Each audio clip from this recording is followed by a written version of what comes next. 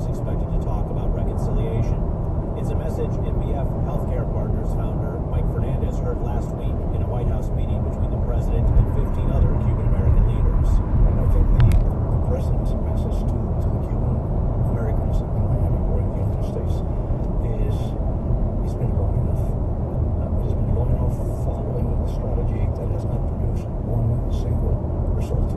And it is time to try something else. Fernandez is a billionaire healthcare entrepreneur based in Miami. He left Cuba in 1964. He is in Havana this week. Daily Arbolay is a 24-year-old waitress at Apollodar, a privately run restaurant in Havana. She credits President Obama for forging a new era between the two countries. Pienso que de los presidentes de Estados Unidos él ha sido. She says, I think this U.S. president has given us a good lesson with all these changes. Before, it wasn't possible to achieve this with any other president, but he's gotten so much done. Before, our relations were nothing but disputes. Now, it's totally different. Y ahora es totalmente diferente. The president speaks this morning at Havana's Gran Teatro before meeting with government dissidents. Then he'll attend a Tampa Bay Rays baseball game against the Cuban national team. I'm Tom Hudson in Havana. The Gran Teatro is somewhat familiar with hosting U.S. presidents. 88 years ago, Calvin Coolidge spoke there during the Pan American Conference. Coolidge was the last sitting U.S. president to visit Cuba. This is WLRN Miami Herald News. I'm Rosamund Sayre.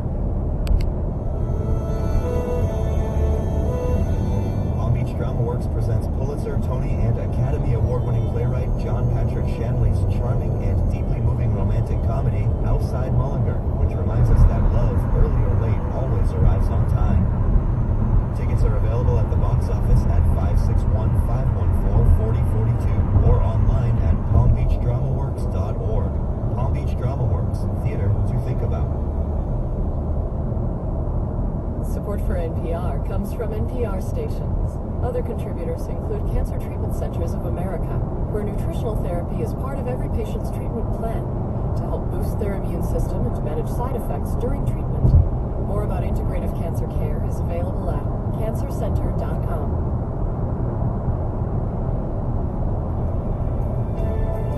We're funded by listeners like you and by the law offices of Gary A. Costales, helping people and companies navigate the complex area of employment law for over 20 years. More information at youremploymentattorney.com. That's youremploymentattorney.com. Cloudy skies this morning, partly cloudy skies this afternoon. Our high around 75 later, 58 degrees now. It's Tuesday, March 22nd. The time is 7 minutes after 7 o'clock. This is Morning Edition from NPR News. Good morning, I'm David Green. And I'm Steve Inskeep. Earlier today, a newspaper editor in Belgium posed a question on this program. He asked, what can you do when someone straps a bomb to himself and walks into a public building? In a half mile, merge onto Florida that may have been a 826 portion of what happened in Brussels today. There have been at least 2 attacks on that city, one on a major airport, one on a metro station. We have uncertain numbers of dead and wounded, but one figure suggests at least 28 people killed. We're going now to Julian E. Barnes of the Wall Street Journal. He's a familiar name to those of us who keep read up on security matters. He's their security correspondent. Continue on Florida 826 north for 3 miles. Thanks for having me on this day. Where are you and what have you been able to see today? Well, I am in the Brussels Bureau, which is at the heart of the European quarter of the city. It's probably about a half mile from the metro station where the attacks took place. And I've been working the phones and coordinating with our reporters who are on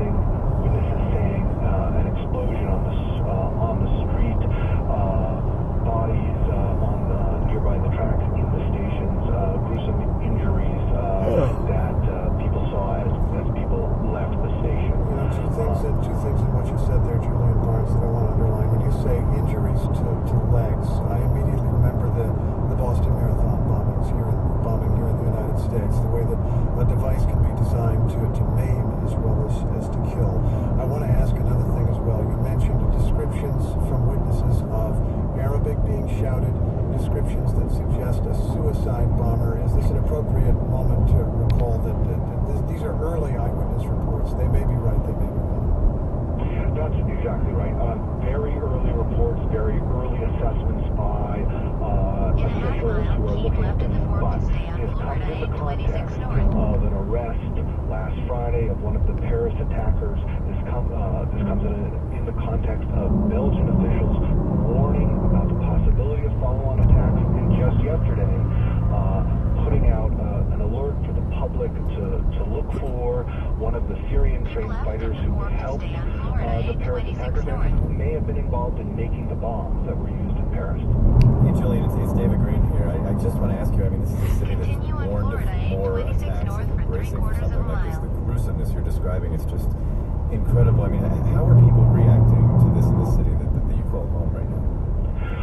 There's a lot. The Prime Minister urged calm, and that's for good reason. At my children's school this morning, not long after drop-off, parents started showing up to take their children home, worried about this. Ever since the Paris attacks, and even before, there's been this sense of a threat over Brussels. Now it ebbs, it flows. Sometimes people feel it's more real, less real. Today, it is very real, with two terror attacks in two different places, really bringing home the danger of Islamic State and other groups attacking in Europe. Has the city ever gotten back to anything close to normal since the Paris attacks?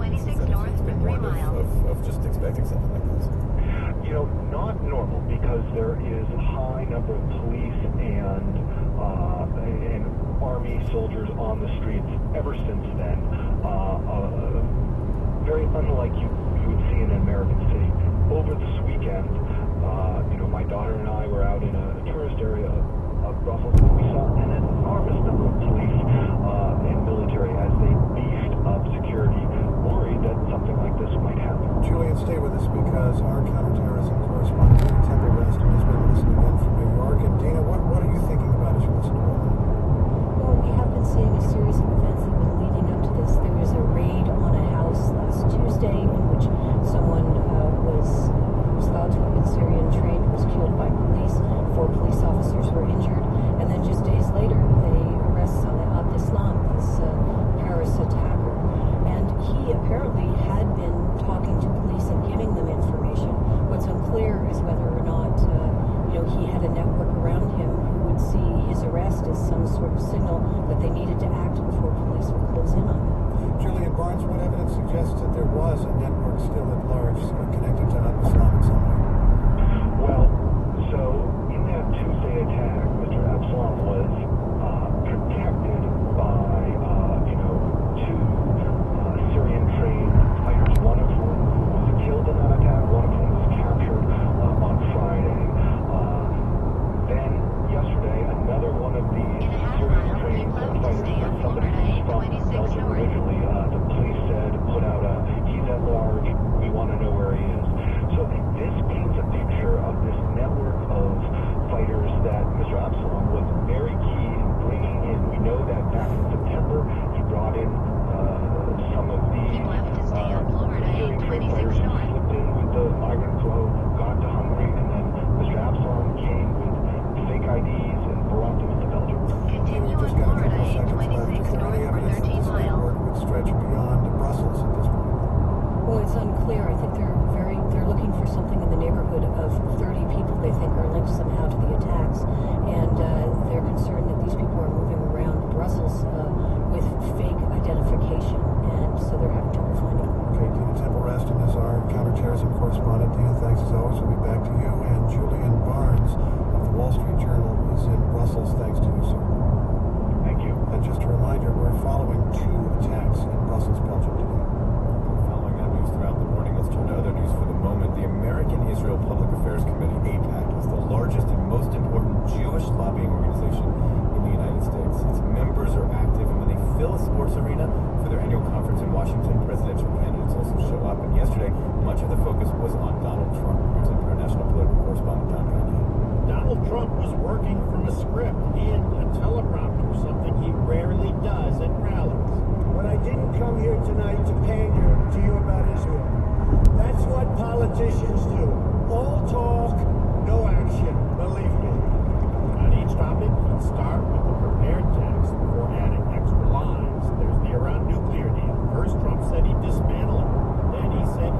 enforce it better than any deal has ever been enforced. Adding, I've studied this issue in great detail. I would say actually greater by far than anybody else. Believe me. Oh, believe me. And it's a bad deal. Trump was also looking to clear up some confusion over his past statements that raised concern among Jewish voters. Call it damage control. He said he'd be neutral in Mideast peace negotiations, something Republicans simply don't say. Then there's his recent hesitation to endorse moving the U.S. Embassy from Tel Aviv to Jerusalem. Now, we will move the American Embassy to the eternal capital of the Jewish people, Jerusalem. And there was this. Discussions have been swirling about an attempt to bring a Security Council resolution on terms of an eventual agreement between Israel and Palestine. Let me be clear. An agreement imposed by the United Nations would be a total and complete disaster. Senator Ted Cruz followed Trump. He opened his speech with a jab at language used by Trump moments earlier. Trump had referred to negotiations between Israel and Palestine. Such talks are actually with the Palestinians. Here's Cruz. I'm thrilled to be here with you today. And let me say at the outset, perhaps to the surprise of a previous speaker, Palestine has not existed since 1948. Cruz's point that Donald Trump simply doesn't know enough about these things to effectively handle him as president. Earlier in the day, former Secretary of State Hillary Clinton spoke. She, too, attacked Trump without actually mentioning his name. She referenced things like violence and campaign rallies, calls to deport millions of immigrants, and a proposal to ban Muslims from entering the U.S. If you see bigotry, oppose it. If you see violence, condemn it. If you see a bully, stand up to him. She's describing in part the scene at Trump's campaign rallies, but it was a more subdued and somewhat more scripted Trump in this film. Don Gagne, NPR News, Washington. You're listening to Morning Edition from NPR News. Good morning. It's 91.3 WLRN, South Florida's NPR news station. I'm Wanda Miles. Welcome to a Tuesday morning. It's 58 degrees now, 18 minutes after 7. You can finish your bachelor's in just 15 months. St. Thomas University is now offering a unique opportunity to complete your bachelor's in organizational leadership. STU's accelerated, fully online degree can give you the confidence boost you need to move forward. The leadership program accepts your past college courses and work experience as credits. You can learn more at stu.edu/leadership. We are funded by WLRN members and by Whole Foods Market, which believes holidays are about spending time with family. This Easter, Whole Foods features online ordering of meals from the comfort of home with in-store pickup. Easter meal ideas are at shop.wfm.com. This is Morning Edition at 7:19. From NPR News in Washington, I'm Dave Mattingly. Belgian media say at least 21 people have been killed in Brussels today after explosions at the international airport and on the city's subway system. Belgium's federal prosecutor says they were suicide attacks. 2 explosions went off at the airport and at least 1 at a metro station. Taxi driver Gil Rosenberg describes what his friend relayed to him from inside the airport. He was standing at the front door. He heard a very small explosion and started to flying around. So he immediately ran away from the front of the airport. About 10-50 seconds later, there was a huge explosion which shattered all the glass on the front of the airport. So he ran away from the vehicle as fast as he can. Rosenberg speaking to the BBC that airport is now closed. The Justice Department has been granted a court delay in its effort to force Apple to help unlock an encrypted iPhone used by one of the attackers in last year's deadly shootings in San Bernardino, California. NPR's Laura Seidel reports. In its motion, the FBI claimed that an outside party may be able to help it break into the phone without assistance from Apple. The FBI motion says that as the case got more publicity, others outside government have been offering solutions. If one of them works, the government says it will not need help from Apple. And Wall Street futures are lower after the explosions in Belgium. I'm Dave Mattingly, NPR News. in Washington. On the next Fresh Air, the secret history of cyber war. We talk with journalist Fred Kaplan about his new book, Dark Territory, which includes the story of how cybersecurity policy was affected when President Reagan watched the 1983 Matthew Broderick film War Games. We'll also talk about the battle between Apple and the FBI. Join us. Fresh Air today at noon. Tuesday's topical currents is a focus on Miami-Dade traffic and transit issues. We'll hear from the county's Transportation Department Director, Alice Bravo, as well as Eileen Beauclair, the Transit and Public Works Director of the Metropolitan Planning Organization. Topical currents, Tuesday at 1 o'clock. We're funded by WLRN members and by Dr. Howard Routman, a shoulder specialist dedicated to your care. More information on the non-surgical and surgical treatment of the full spectrum of shoulder disorders at myshoulderspecialist.com or 561-967-4400. South Florida Theater League at 91.3 WLRN offers same-day half-price tickets at leading regional theaters and cultural organizations, including Pigs Do Fly Productions, JCAT, the Jays Cultural Theater, and Lake Worth Playhouse. Information and a complete list of shows online at culturalconnection.org. Culturalconnection.org, your ticket to the cultural arts. It's 7:22. Support for NPR comes from NPR member stations and from Angie's List, offering online consumer tools and reviews dedicated to promoting fairness and transparency about local service pricing and quality. More information is available at angieslist.com. From Subaru, automotive partner of the National Park Service Centennial, Subaru encourages people to explore America's treasures and discover a national park adventure at findyourpark.com. Love, it's what makes a Subaru a Subaru. And from the University of Massachusetts Lowell, extending learning beyond the classroom through social entrepreneurship, scientific field research, study abroad, and service learning. More at uml.edu/hands-on. It's Morning Edition from NPR News. I'm David Green in Oakland, California. And I'm Steve Inskeep in Washington, D.C. Let's meet some people who seem rare in this polarized age. It's a time of fierce political partisanship. And a time of extremism. Just think of today's explosions in Brussels. The Israeli-Palestinian conflict has divided opinion for generations, which makes it all too easy to overlook this reality. Many Israelis and Palestinians actually do change their views over time. NPR's Emily Harris reports some of their stories this week and begins with a former Israeli soldier. Noam Hayut was taught from a very young age about the horrors Jewish people suffered during the Holocaust, the concentration camps, the gas chambers. We grew up learning about the uniqueness of the Holocaust, and one of these unique things is that we are unique victims. Most of his extended family were among the 6 million Jews killed. Hayut absorbed community stories of sorrow, victimhood, and isolation in a world that let the Holocaust happen. He learned his role was to never let it happen again. In 10th grade, we went to Poland, all the class, and to the concentration camps, and I saw where they gassed my father's family, and then a few days later where they gassed my mother's side. As I was a trumpet player. In every concentration camp, we would do a ceremony, and I would play Tikva, the national anthem. He plays the Israeli anthem for me now.